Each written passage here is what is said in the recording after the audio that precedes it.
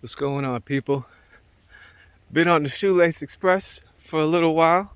You know, we have some setbacks occasionally here and there, but the objective is to keep on keeping on and keep on pressing forward.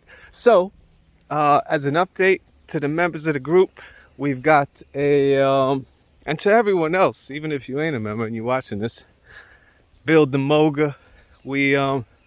We got the website, fable-publishing.com is set up. And that's great achievement. Also recorded the audiobook.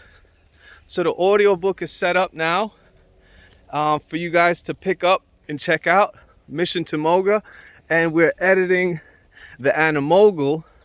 That's part 2 in the saga. And we've got the 3rd novel we're writing longhand at the moment. So it's all coming together. It's all really coming together beautifully. Our objective is, obviously, is to share this vision, share this idea, and also bring awareness to the technology that we got. Because, there's a lot of distractions that we're seeing throughout, our lives, mainstream, whatever's being broadcasted through the channels, the main networks. And you've got AI that's able to do some pretty remarkable things. I mean, some of these things are just like beyond wildest imagination. And for instance, what your phone is capable of doing, the amount of data that it's gathering, and then we look at the blockchain technology and cryptocurrencies and all that other stuff that's happening. It's enough to make your head spin.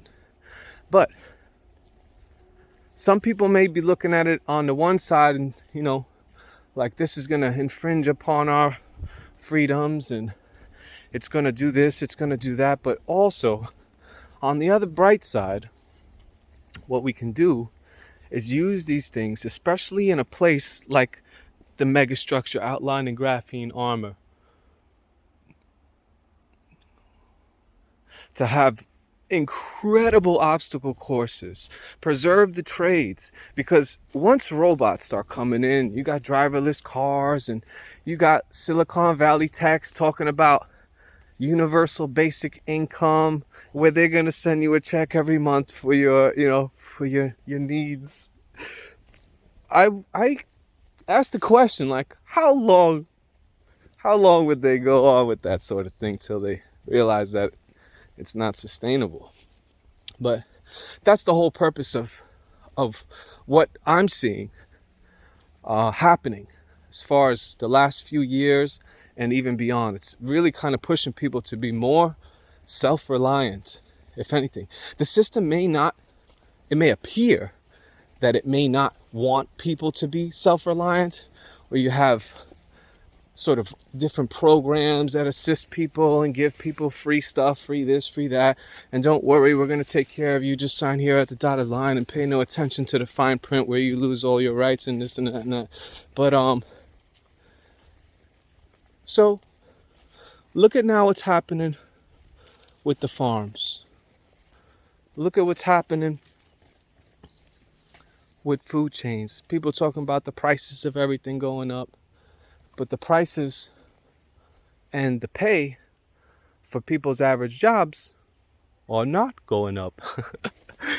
And pardon me for laughing, because for some people it's terrifying to not know where their next meal is coming from. To not know if they're going to be able to make next month's rent or make next month's mortgage or their car payment or their whatever payments. And it can be terrifying for a lot of people. So when a new system that comes to this world where it's not based upon this, where it's based upon something else. There was a time where we didn't really have to worry about bills and making money. But what we relied upon, if I can comprehend this, if I'm not mistaken, was on our own efforts. And I could take that back to people who've lived in the old country, in the old country ways, and who still live around the world in the old country ways, where we farm, we plant, we do whatever we got to do, and then at a certain part of the season, we harvest.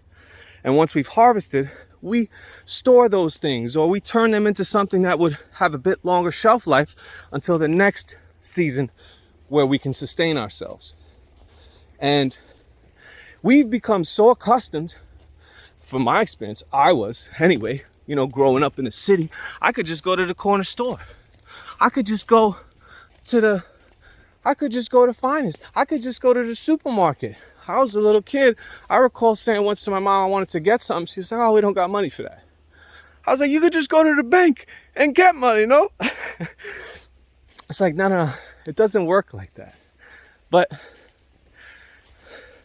oddly enough, some things do work in ways that we'd be quite shocked to discover the way they work. But those things people awaken to and come to realize, I guess, at the point when they're ready to realize them or discover them. So this beautiful progress that we've been making, I'm so happy to share with you guys. And fable-publishing.com is up and running. We got the audio book, the regular book, and all the different websites throughout the world where the book's being sold. Thank you. Thank you guys for your love and support. This really can't happen without you, because we can do as much as we want to do in the middle of the woods by ourselves, but to get a message out, it requires messengers to share that message. So for those of you who are and continue to, thank you. And even those who are not simply listening, simply are here listening, thank you for sharing your energy with me. I appreciate it, because I love you. And I wish nothing but the best for all of us to succeed and to have awesome lives and just reverberate this beautiful love that we have for this place. Because man, at any moment you can get the call, boom, and you out. That's it. You never know when you get the call. So while you're here, have a ball, have fun. I love you. Peace. I'll see you later.